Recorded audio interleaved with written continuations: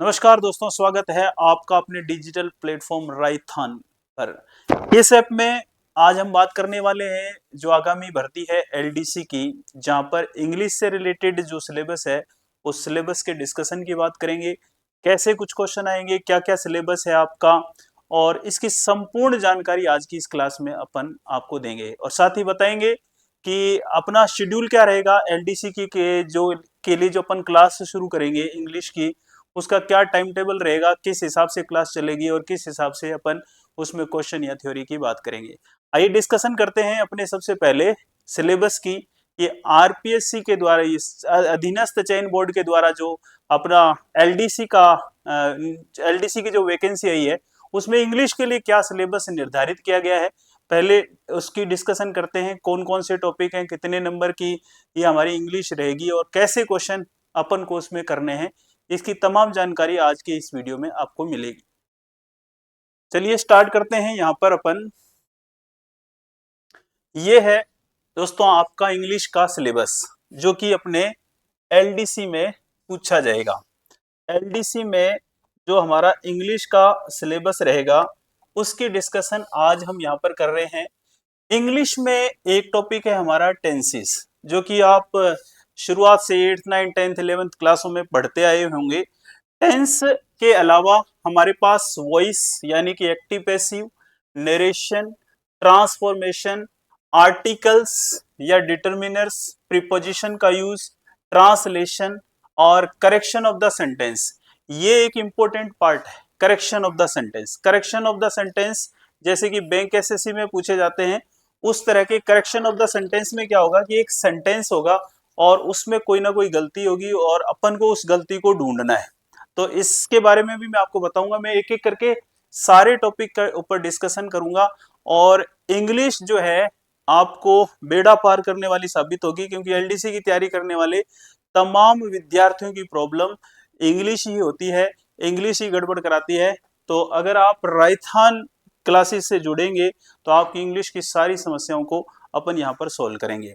तो सिलेबस की बात करें तो प्रीपोजिशन के बाद यहाँ पर हम बात करें ट्रांसफॉर्मेशन भी है, करेक्शन ऑफ द सेंटेंस है, यानी कि एक सेंटेंस लिखा होगा उसके एक पार्ट में गलती होगी, अपन को ढूंढना होगा कि किस पार्ट में गलती है। इसके अलावा रॉन्गली स्पेल्ड वर्ड भी पूछे जाएंगे, यानी कि 4 स्पेलिंग दी जाएंगी, एक स्पेलिंग सही होगी, 3 गलत होंगी, या 3 सही होंगी, 1 गलत होगी, उसको ढूंढना यहाँ पर अपने को बताया जाएगा।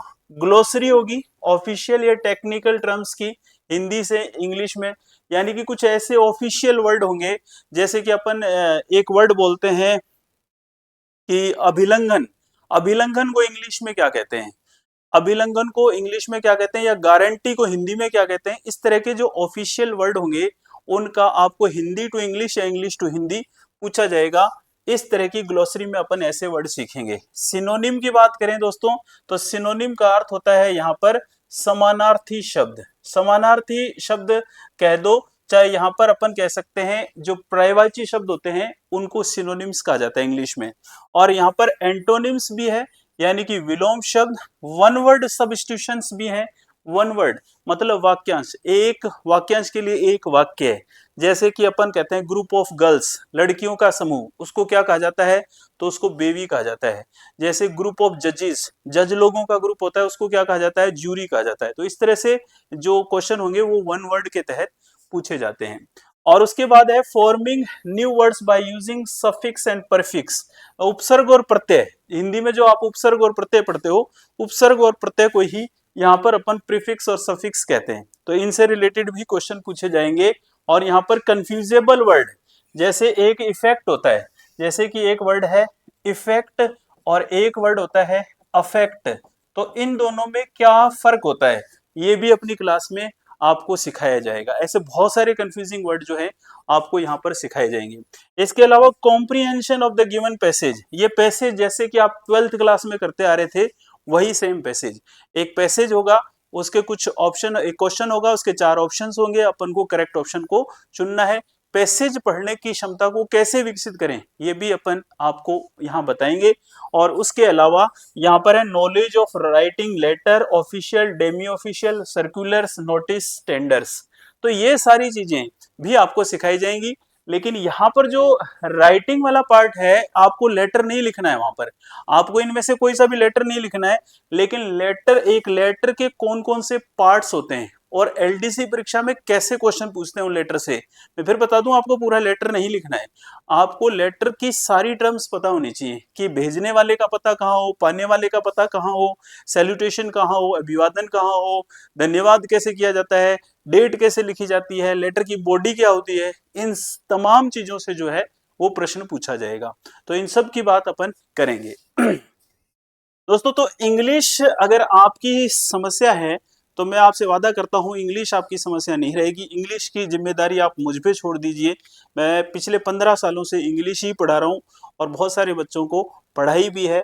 अब मैं इस प्लेटफॉर्म से जुड़ा हूं, राइथान प्लेटफॉर्म से जुड़ा हूं।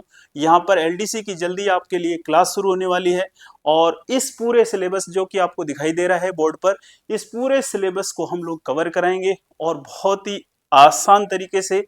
और जिनको इंग्लिश बिल्कुल भी नहीं आती, जीरो आती है इंग्लिश, मैं वादा करता हूं उन स्टूडेंट्स से भी आपको इंग्लिश के ये सारे टॉपिक कुछ ही दिनों में आएंगे। और बोर्ड हमसे किस तरह के क्वेश्चन पूछ रहा है आजकल के ट्रेंड में, रीट के एग्जाम में या बाकी परीक्षाओं में हमने देखा कि उनका बोर्ड का जो रवैया है या फिर मैं कह सकता हूं कि पेपर बनाने का जो तरीका है वो बहुत ही शानदार हुआ है। बहुत ही शानदार टाइप के क्वेश्चन आते हैं, आ रहे हैं। तो अपन इस बार तैयारी उसी तरीके से करेंगे जो ढर्रा पहले चल रहा था, उस ढर्रे से हम तैयारी नहीं करेंगे कि सीधे से सिंपल से क्वेश्चन पूछे गए।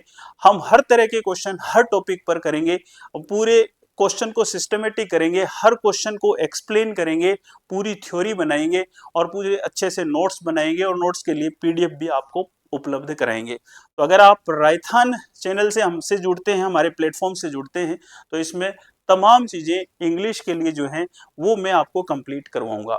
अब मैं आपको बता दूं कि थोड़ा सा तरीका कि टेंस है या फिर ये एक्टिव पैसिव है, नरेशन है, ट्रांसफॉर्मेशन है, इनके ऊपर थोड़ी थोड़ी जानकारी मैं आपको देता हूं कि किस तरह से क्वेश्चन हमारे जो है परीक्षा में पूछे जा सकते हैं। चलिए यहाँ पर बच्चों चलते हैं अपन। यहाँ पर अब हम बात करेंगे,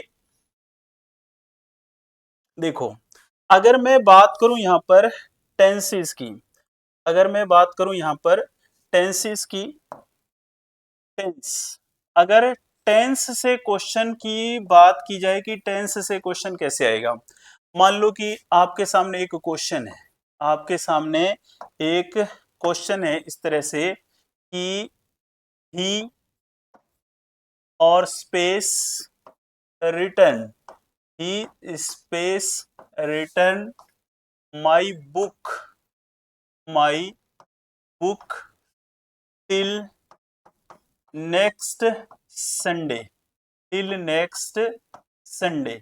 मान लो ये क्वेश्चन है और इसको, ये टेंस से रिलेटेड एक क्वेश्चन है और इसका इस तरह से ऑप्शन पूछा जाता है कि जैसे will return, option number first क्या है, will return. Option number second है हमारे पास कि will be, will be returning. दूसरा ऑप्शन क्या है, विल बी रिटर्निंग। या तीसरा ऑप्शन है will have, will have returned, will have returned, ये तीसरा ऑप्शन है। और चौथा ऑप्शन हमारे पास क्या है कि रिटर्न्स, रिटर्न्स। अब ये हमारे पास क्वेश्चन है, इस तरह के क्वेश्चन मेरे ख्याल से ये लेवल जो है क्वेश्चन का बन सकता है, ये टेंस का क्वेश्चन है। तो आप में से कितने लोग इसका आंसर दे पाते हैं कमेंट बॉक्स में हम देखेंगे, लेकिन आप आंसर देंगे वो तो अपन क्लास चलाएंगे, जब क्लास रेगुलर चलेगी तब आपसे भी आंसर लेंगे। फिलहाल मैं बताता हूं कि इसका आंसर कैसे है और मुझे कैसे पता चला कि इसका आंसर यही है।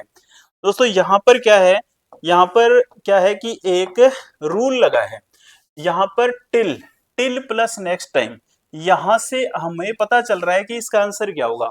कि टेंस में हम एक रूल पढ़ते हैं कि अगर किसी सेंटेंस में टिल हो या फिर बाय हो, इन दोनों में से कुछ भी हो, और इसके साथ यहां पर अगर फ्यूचर का टाइम दिया गया, फ्यूचर का टाइम, फ्यूचर का टाइम का मतलब भविष्य का कोई भी समय दिया गया, भविष्य का समय, ऐसे सेंटेंस में हमें पता चलता है कि टिल के बाद नेक्स्ट संडे, ये फ्यूचर का एक टाइम दे रखा है, और जब भी फ्यूचर का टाइम दिया जाता है टिल या बाय के बाद, तो हमेशा उस सेंटेंस में will have, shall have plus verb की थर्ड फॉर्म का प्रयोग होगा, यानी कि फ्यूचर परफेक्ट टेंस का। तो मेरे पास विल हैव प्लस वर्ब की थर्ड फॉर्म कहाँ है, यहाँ है। तो इस सेंटेंस में यहाँ पर ये आंसर बनेगा। एक छोटे से तरीके से मुझे पता चला कि यहाँ पर आंसर क्या होगा। मुझे पता है कि टिल और बाय के बाद जब भी फ्यूचर का समय होगा मुझे फ्यूचर परफेक्ट टेंस का यूज करना है, और फ्यूचर परफेक्ट टेंस क्या होता है, will have, shall have plus verb की थर्ड फॉर्म। तो मुझे सीधे से आंसर मिला। तो ऐसे चुटकियों में आंसर आप दोगे अगर आप क्लास से जुड़ोगे, और ऐसे तमाम एग्जाम ओरिएंटेड क्वेश्चन हम लोग जो है साथ के साथ प्रैक्टिस करते चलेंगे। ये तो बात हुई टेंस की। अब हमें एक्टिव पैसिव, नरेशन या कंफ्यूजिंग वर्ड से या प्रीपोजिशन से कैसे क्वेश्चन पूछे जाएंगे उसकी बात करता हूं। चलिए देखिए, मान लो हम बात करते हैं प्रीपोजिशन की, इसकी बात कर रहे हैं प्रीपोजिशन की। अब प्रीपोजिशन से रिलेटेड कैसा क्वेश्चन पूछा जाता है। मान लो कि अपने से ये पूछा गया, ये क्वेश्चन है आपके पास कि माई टीचर, या फिर ऐसे कह दें कि इज ही इज एंग्री, और स्पेस मी, और फिर स्पेस माई मिसबिहेवियर, माई मिसबिहेवियर। ऐसे मैं ये कहना चाहता हूं कि वो मुझ पर क्रोधित है मेरे बुरे व्यवहार की वजह से। अब अपने पास यहाँ पर कुछ ऑप्शंस हैं, यहाँ पर दो रिक्त स्थान दिए मैंने। ऑप्शन क्या है मेरे पास कि एक तो ऑप्शन है विथ और एक ऑप्शन है एट, और ये तो था हमारा ए पार्ट। चलो बी पार्ट में मेरे पास ऑप्शन है एट और विथ, और सी पार्ट में मेरे पास ऑप्शन क्या है, विथ और विथ, और डी पार्ट में मेरे पास ऑप्शन है ऑन और एट।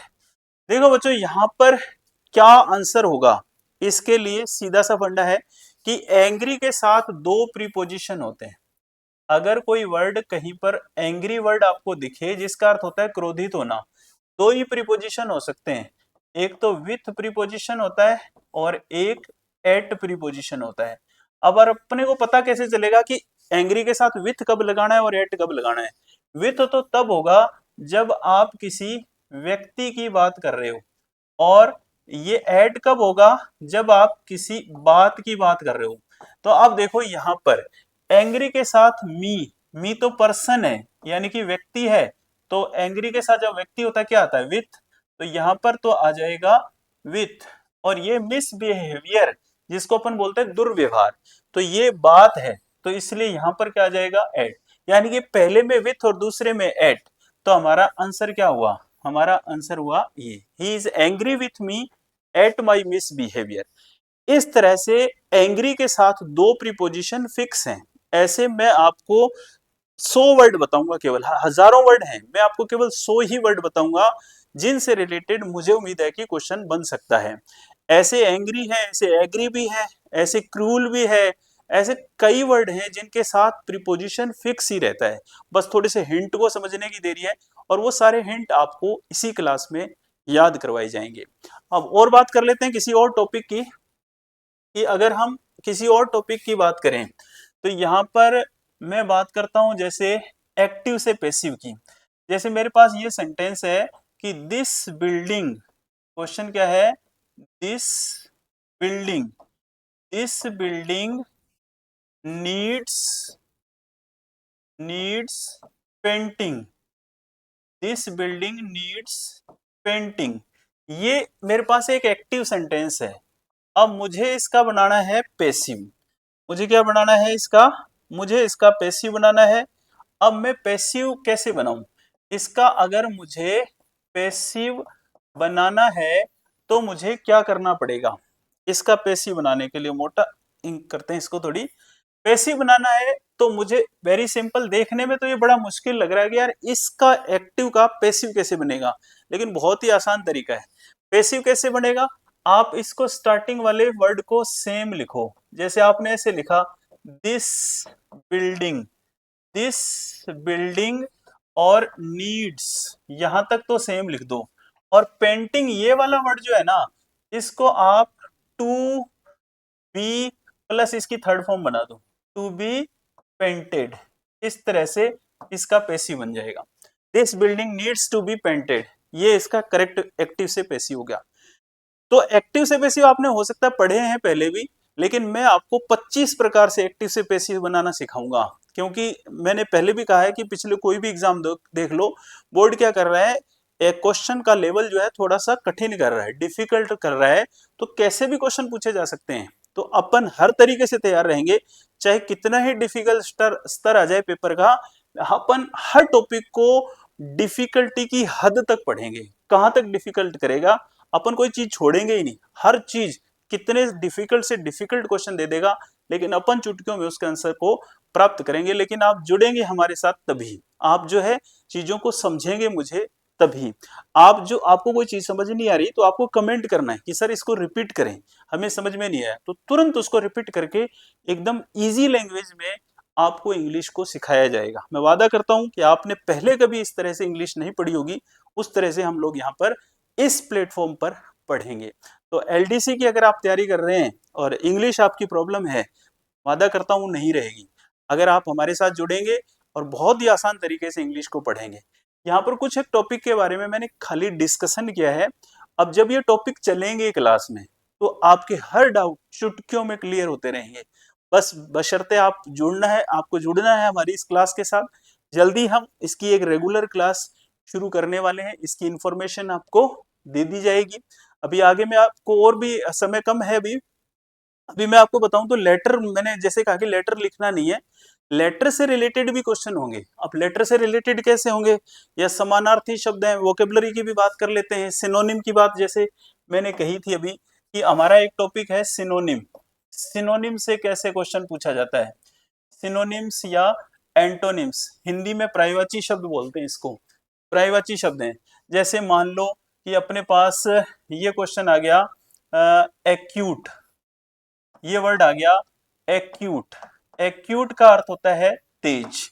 अब इसका या चालाक, इसका समानार्थी शब्द अपन से पूछ रहा है, तो वो क्या होगा। इसी तरह हमारे पास वर्ड होता है एजाइल। एजाइल का अर्थ क्या होता है, एजाइल का अर्थ होता है फुर्तीला। तो इस तरह से इसका समानार्थी शब्द क्या होगा। इस तरह के क्वेश्चन सिनोनिम वाले टॉपिक के तहत पूछे जाएंगे। तो ऐसे बहुत सारे सिनोनिम मैं आपको क्लास में ही याद कराऊंगा। इसके अलावा एंटोनिम्स के भी क्वेश्चन होंगे, ऑपोजिट वर्ड जिसको कहते हैं, विलोम शब्द कह सकते हैं अपन हिंदी में। वन वर्ड से भी रिलेटेड क्वेश्चन होंगे। वन वर्ड का मान लो कि इस तरह से वन वर्ड से इस तरह का क्वेश्चन आ गया, जैसे कि ऐसे क्वेश्चन पूछ लिया, a group of a group of girls, की लड़कियों का समूह, इसको क्या कहा जाता है। तो इसका सीधा सा आंसर क्या है, इसको बोलते हैं बेवी। लड़कियों के ग्रुप को बेवी कहते हैं और जज लोगों के ग्रुप को जूरी कहते हैं। ऐसे जो कपड़े रखने का स्थान घर में होता है उसको क्या बोलते हैं, वार्डरोब कहते हैं। तो ऐसे बहुत सारे सिनोनिम आपको क्लास में चुटकियों में ही याद कराए जाएंगे। आपको एक्स्ट्रा पढ़ने की जरूरत है ही नहीं, बर्डन छोड़ दो इंग्लिश की, सारी चीजें मुझ पे छोड़ दो। मैं आपको हर चीज को, पूरे सिलेबस को जो है बहुत ही शानदार, सिस्टमेटिक और व्यवस्थित तरीके से कराऊंगा। आप अगर इस प्लेटफॉर्म पर आते हैं तो जल्दी अपन क्लास शुरू करने वाले हैं। और आपके ये जो इंग्लिश के हैं क्वेश्चन कितने आने वाले हैं, 75 क्वेश्चन आने वाले हैं। 75 हिंदी के आते हैं, 75 इंग्लिश के आते हैं। तो ये 75 क्वेश्चन जो हिंदी के आएंगे, ये आपकी मेरिट को बनाने बिगाड़ने में बहुत भूमिका निभाएंगे। क्योंकि इंग्लिश जो है वो अपने यहाँ तैयारी करने वाले स्टूडेंट्स की मेन समस्या, वो लोग जो एसएससी बैंक की तैयारी कर रहे हैं उनके लिए तो थोड़ा सा ठीक है इंग्लिश का लेवल, लेकिन जो पटवारी और ये एलडीसी वगैरह की तैयारी करते हैं तो उन बच्चों की थोड़ी सी वीक है इंग्लिश। लेकिन कितनी भी वीक हो, मैं फिर कह रहा हूँ कितनी भी वीक हो आपकी इंग्लिश, आप बस प्लेटफॉर्म से जुड़िए, हमारी क्लासेस को ज्वाइन कीजिए और फिर देखिए कि इंग्लिश आपकी कमजोरी है या आपकी ताकत है। मिलते हैं आपको क्लास में, और पूरे सिलेबस के साथ, पूरे सिस्टमेटिक तरीके के साथ जुड़िए हमारे साथ। मिलते हैं आपके साथ फिर अगली क्लास में। नमस्कार।